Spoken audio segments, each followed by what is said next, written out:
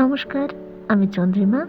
আবার আজকে অনেকটা সকালেই একটা সুন্দর কবিতা নিয়ে এসেছি।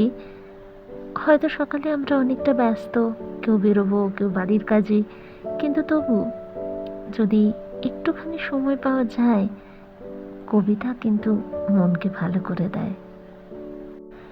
আমার কিন্তু মনে হয় শক্তি চট্টোপাধ্যায়ের কবিতায় সত্যিই সেই শক্তি আছে, যা কখন যে সকাল থেকে রাত, আবার রাত থেকে ভোর করে দেয়, সত্যিই বোঝা যায় না।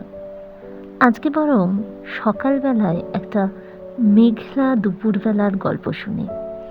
যে সময় আমাদের একটু অবসর থাকে, মনে পড়ে অনেক পুরনো কথা, সেই সময়ের একটা কবিতা। বাঘ। মেঘলা দিনে দুপুরবেলা যেই পড়েছে মনে, চিরকালীন ভালোবাসার বাঘ বেরুলো বনে। আমি দেখতে পেলাম, কাছে গেলাম, মুখে বললাম খা। আখের আটায় জড়িয়েছে বাঘ, নড়ে বসছে না। আমার ভয় হলো তাই দারুণ, কারণ চোখ দুটো কৌতুকে উড়তে পুড়তে আলোয় কালোয় ভাসছিল নীল সুখে। বাঘের গতর ভারী, মুখটি হাঁড়ি, অভিমানের পাহাড়। আমার ছোট্ট হাতের আঁচড় খেয়ে খোলে রূপের বাহার। মেঘলা দিনে দুপুরবেলা যেই পড়েছে মনে, চিরকালীন ভালোবাসার বাঘ বেরুলো বনে। আমি দেখতে পেলাম, কাছে গেলাম, মুখে বললাম খা। আখের আঠায় জড়িয়েছে বাঘ, নড়ে বসছে না। সবারই হয়তো একটা মেঘলা দিনের দুপুরবেলার গল্প আছে।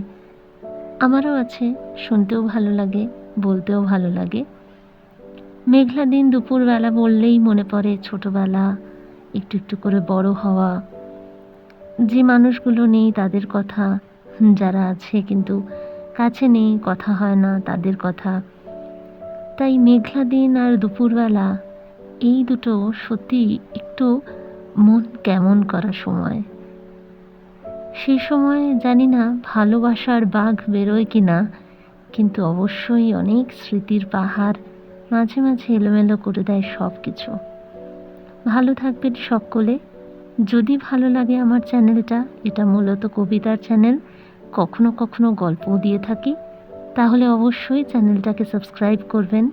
একদম ছোট্ট নতুন একটা চ্যানেল, তাই যদি মনে হয় যে এত কিছুর ভিড়ে একটু শান্ত, একটা অন্যরকম কিছু ভালো লাগছে, তাহলে ওটা শেয়ার করবেন অন্য কারো শোনার জন্য। সকলকে আমার অনেক ভালোবাসা।